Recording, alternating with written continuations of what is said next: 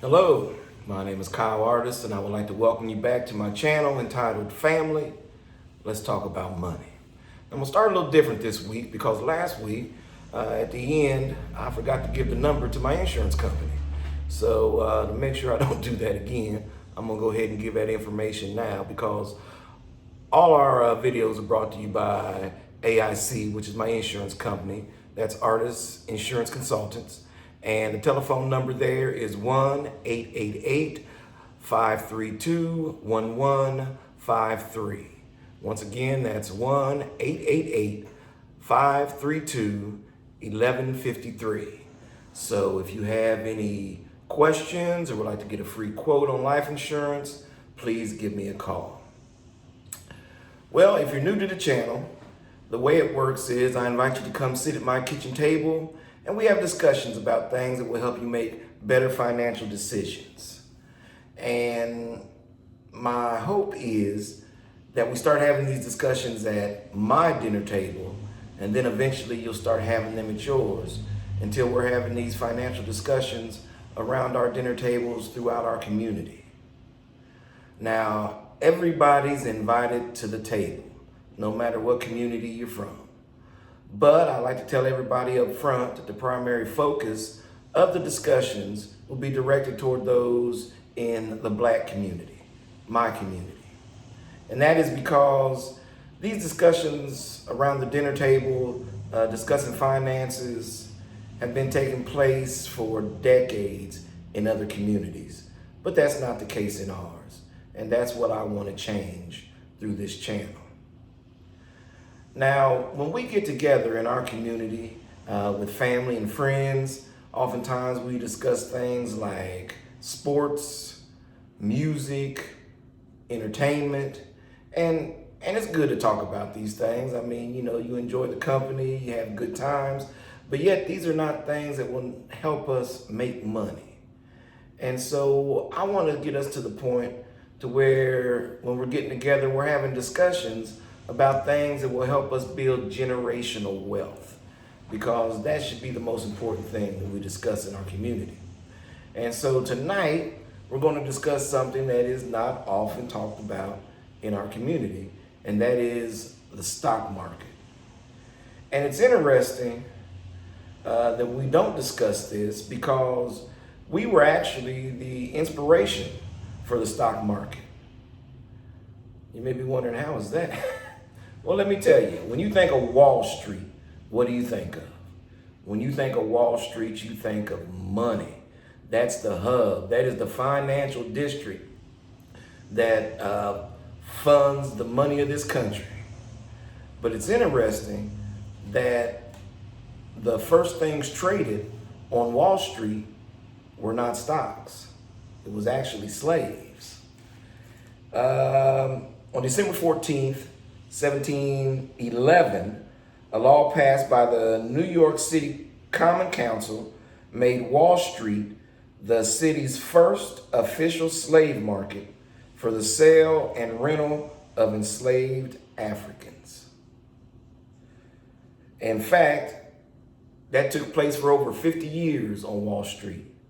That continued until 1762. And in fact, it was another 30 years before they actually opened up the New York Stock Exchange and started trading stocks. Now, I said that we were the inspiration for the stock market. Well, why is that? Well, you have to realize the wealthy Europeans that came to this country to build it, well, they were determined to build this country, but they were not going to do the work themselves. They were not going to use their own hands to do it. So that's why they became involved in the slave trade, and the enslaved Africans was brought over here and did all the work and really built the country. It's interesting. There's a good book that explains this. I hope you can see it. It's entitled Black Labor, White Wealth. And this was written by Dr. Claude Anderson, an excellent book breaking down, really showing how the wealth of this nation was built on the backs of slaves. And so when I said that we were the inspiration for the stock market, well, it's kind of the same concept when you're looking at the stock market, because here again, the wealthy are building their wealth, but not actually doing the work. Let me tell you how the stock market works. Let's say you have started a business and you needed to raise capital. Now, there's different ways you can go about raising the capital. You can go to the bank and things like that, or you can take your business public and allow other people to buy shares or actually become part owners in your company. And with the money that they purchase in shares, well, you're able to take that money to increase and build your business. And as the stock prices go up, or the prices of your business go up, well, then those that bought shares, well, they benefit along with you. So here again, somebody can come in, buy a bunch of shares of a company stock goes up, they make tons of money and didn't have to lift a finger. So, they're making money when they sleep. And that's really the ultimate goal, to be able to make money and not work. Now, slavery, that was terrible. That was, can't even justify or even try to make that right. That was just horrible. But now looking at the stock market, just that mindset, being able to make the money without doing the work, well, that's not necessarily a bad thing. Now, in this channel, what I always want to do is, you noticed I said books that we should read. You'll hear me mention certain videos that I would like you to look at. And I also feel that it's important to look at other communities. I'm the type person, if my neighbor has a beautiful yard and I'm struggling with mine, I'm gonna go over and ask my neighbor, man, what are you putting on your lawn to make it look so nice? And see, once I learn that information, I can go and use that and work hard that year, and then next year I may have that beautiful lawn just like his. See, and I will have a beautiful lawn from now on because of that knowledge that I learned from him. And so the same is true with business. When we see people doing things in other communities that are successful, well, we should want to emulate that in our community. And so I'm going to take a minute and just discuss something that I find fascinating with our brothers and sisters in the Jewish community. And when it comes to the celebration of their bar mitzvahs or bar mitzvahs, and this is a huge event. And I'm not going to get into it because I really don't understand a lot about it, and I don't want to, disrespect them. But this event is basically a celebration of when their children turn 13 years old. And it's a huge celebration. It involves religion, it involves tradition. There's a lot involved, but I just want to focus on one little part of it that I would love to emulate in my community. And that is the gift giving that takes place at these bar mitzvahs. The gifts that are given are usually given in envelopes. They're given money and from the family and friends. And then that child is to take that money, his bar mitzvah money, and they are to invest that into the stock market. And I find that amazing because that means that the parents have to be involved and understand the stock market, and then actually start teaching this to their children at a very young age, so that at age 13, that they can go and make sound investments on their own. Now, of course, the parents help with the setup and everything like that, but yet these children at 13 understand the stock market and are able to make wise investments. Now, that's something that I would like to see take place in my community. Now, of course, you don't have to call it a bar mitzvah or anything like that, because you never want to even accidentally show disrespect to somebody's religion or traditions or things like that. But just have it set up to where, hey, this child turns 13, instead of a birthday party, or at the birthday party, instead of giving gifts of toys and things like that, we give that child that envelope. And then our children are the ones that need to go and make them investments into the stock market. But that would require the parents to be able to be in the stock market, understanding it, and teaching their children at a young age so that at age 13 they could make those sound investments. Now, this is something that I actually am starting to talk up in my family.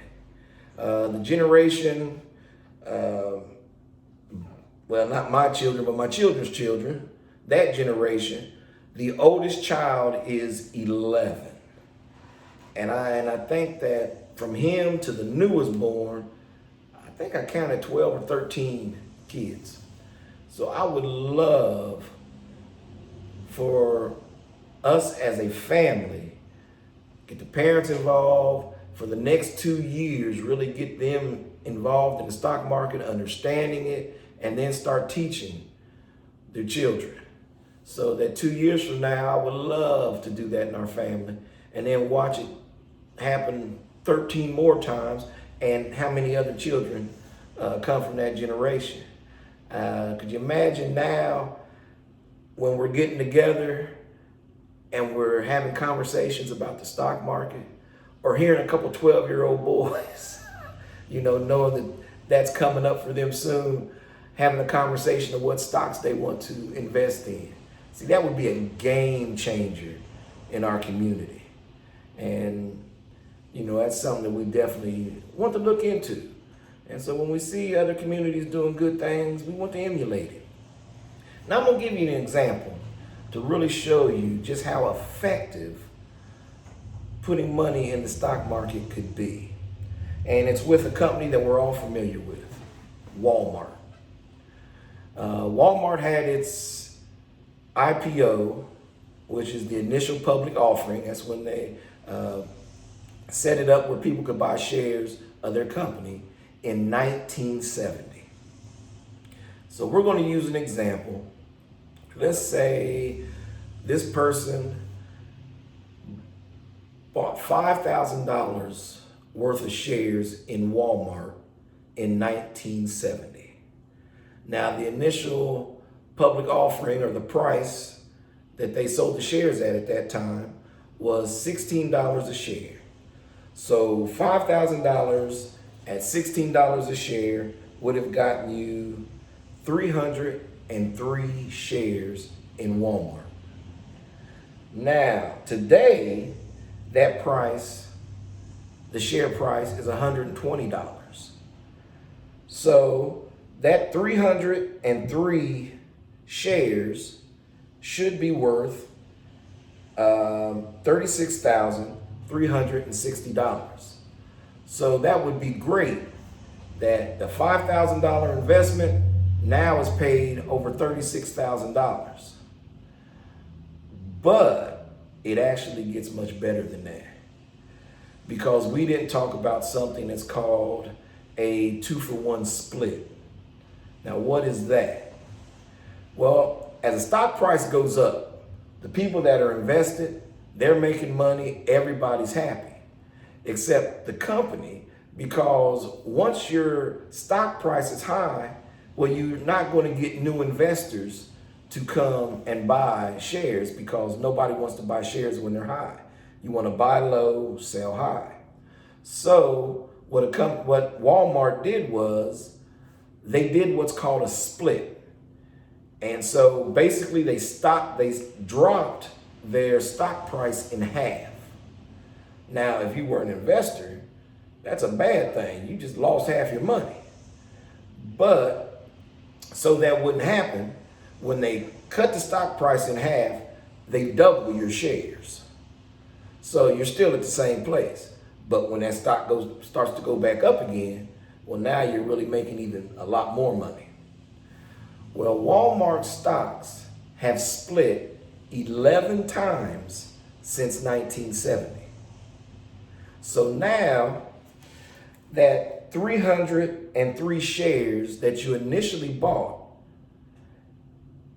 now are 600 20,544 shares.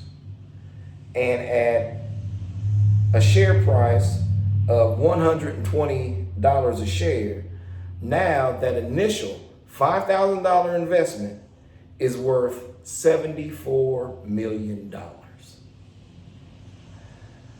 Can you see why you want to get involved in the stock market? $5,000 in 50 years turned into $74 million. Now, of course, this is the exception to the rule. And also stocks can go down and money can be lost. But this is just an example of a company that all of us are familiar with. And you can really see, if you pick the right stock, how that can be game-changing money. And it's interesting too that you can also do this in insurance. You know, I always come back around to insurance. But let's say you had a 25-year-old conscientious and who decided that I'm going to start saving money. I'm going to take $200 a month. Know that he could afford that. I'm going to take $200 a month and put it in the bank every month. Now, if he was to do this for 50 years, at age 75, he would have $120,000 in the bank. And that would be good, because I don't believe most 75-year-olds have $120 in the $120,000 in the bank. But let's say that same young man came into AIC and said, Kyle, I want to ask you a question. I want to put $200 a month away in a savings to build money. What would you suggest? Well, the first thing I would have suggested to him is $200. Okay, I'll tell you what we're going to do. You're young, you're healthy, you're a non-smoker. So first thing I'm going to do, I'm going to take $40 a month, and we're going to put that in a $500,000 term policy. And then with the other $160 a month, I'm going to put that in a universal index policy. And the way that works is that money is actually put into an index fund, and it will raise money just like in the stock market. But there's protections. It has a bottom cap and a top cap. So it shouldn't go below 4%. And in a bull market, it can go up, but it will not go no more than 15%. But yet, there's still area there to make a lot of money. So the way that would work is, now he's still paying the $200 a month. Well, let's say that, oh, wait a minute, that index, I didn't say, that policy, although it's raising money, it also has a death benefit of $450,000. So now his $200 a month that he was going to put in the bank, he's now putting into these two insurance policies. They add up to $200. Now, if at any time over the next 50 years, because that's what we set the bank on, if he was to die, or over the next 30 years, let's say this, over the next 30 years, for any reason, if he was to die, his beneficiaries would basically get $1 million. Now, if he just put the money in the bank and he was to die at some point, well, whatever money's in that bank, would probably be used to pay for his funeral and pay off things that need to be paid off, and what is left over would go to the beneficiaries. So we already see a big advantage in death benefits. Now, the term policy, they're only active for 30 years. So if he lives beyond the 30 years, well, and we're just, in this illustration, we're stopping the term policy. Now, in reality, I would have rolled that money over into the index policy and it would make more money. But we're just going with the numbers that we had started with to just show the difference. So now he's had this policy for 50 years. Remember, the money being put in the bank paid out $120,000 in 50 years. This policy, putting it in the Universal Index Fund over that same period of time, he has built a cash value in that policy of $293,000, so almost $300,000. So almost $200,000 more by putting it into the insurance. Plus, he still has a death benefit of $450,000, almost $500,000. So for 30 years, he had $1 million coverage, and the last 20 years, he still had $500,000 coverage, and the money was building cash value in his account. So now at this point, if he decided to take that nearly $300,000 out, that's his money. He can take it out, do what he wants to, or he could say, hey, I've had that money in this long. I'm gonna go ahead and just let it stay in there until I do pass away, and then my family can get the whole $500,000 tax-free. So it just kind of shows you that we want to look at insurance as more than just death benefits. We can actually, we should think of it as a part of our financial planning. It should be a very important part of our financial planning. And so once again, if you got questions on this, if you want to get quotes on policies, give me a call. Once again, it's AIC, which stands for Artis Insurance Consultants. And the telephone number is 1-888-532-1153. 1-888-532-1153. Well, I have very much enjoyed talking with you today. And I guess the one thing that I want you to think about and to stand out from this conversation today is that when we look at our history, we see that the wealth of this nation was built on the back of our ancestors. And so we definitely deserve to be able to enjoy that wealth and pass that on to our children. So we need to take the time to learn about finances, to start having these discussions around the dinner table. Because when we don't, I really feel it shows disrespect for our ancestors and what they went through for us. So, hey, keep that in mind. Look forward to talking to you next week. You have a wonderful day. Bye.